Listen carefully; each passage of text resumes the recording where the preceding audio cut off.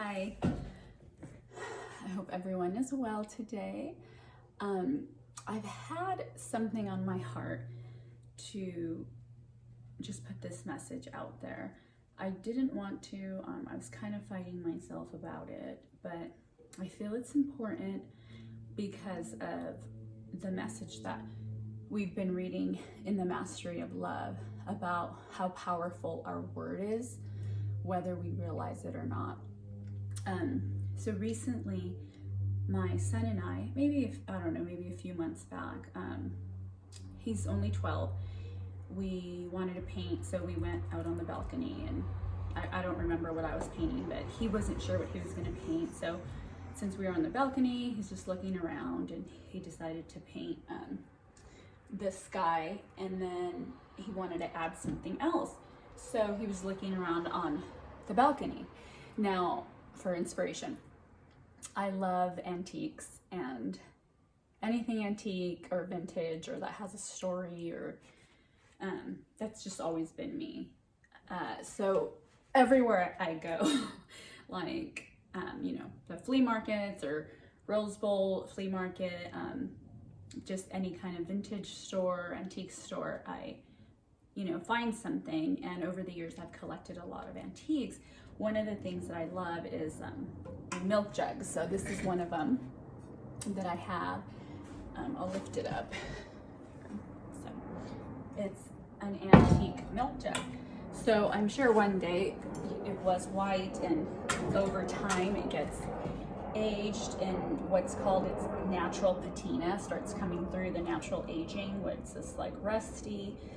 But that's what makes it so beautiful, and part of that antique vibe, that people like us crave, like me. So anyway, my son decided to add the milk jug, which I thought was super special, and he wanted to add the patina in there. So he drew, he painted, he tried to replicate the patina as best he could. So he did, and there was that patina that he had in here. I don't know if you could see it through the light, but there's some spots. So I loved it so much. Of course, he wasn't sure about it. Like I was saying in a different video, every artist, has their insecurities about their artwork. So I loved it. I put it up in the living room on my wall. Recently, I had people over, and, I'm sure this person didn't mean it at all, but a few people were talking about this piece and then said, what is that? The markings on that, they look like cockroaches. Are those cockroaches? And I said, oh, I'm like, no, like right away, I knew where this was gonna go and how it might affect my son. So I said, oh, it's the patina. It's like the natural aging of the milk jug because it's so old. And then, some other people laughed and agreed that it looks like roaches. Well, then when everybody left, my son, told me, I told you not to put that up there. I don't like it. Things like that, and again, I'm not saying this person or these people that said it did it on purpose to hurt him. But it just shows that we need to be responsible for the things that come out of our mouths, because whether intentionally or not, it could hurt somebody and it could affect them. He hasn't painted since.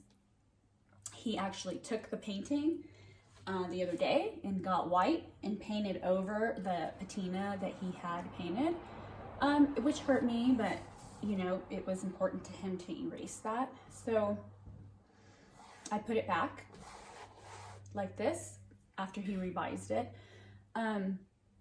So I think that's what was important to me. I just wanted to reiterate that if you have an opportunity to speak kindness and love, do that, because you never know how it's going to affect a child, or even how long in their future. I don't know if he will ever paint again. I don't know if he's still going to feel this discouragement. So just saying, if you ever have an opportunity, speak love, speak encouragement, and then you know that you will have done no wrong or couldn't affect somebody in a wrong way. Yeah, so that was on my heart. I hope it doesn't come across as, I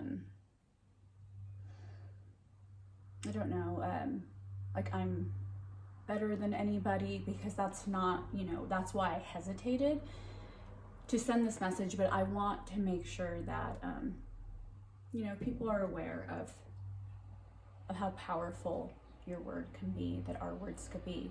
So when you have an opportunity, speak love always. Love and light.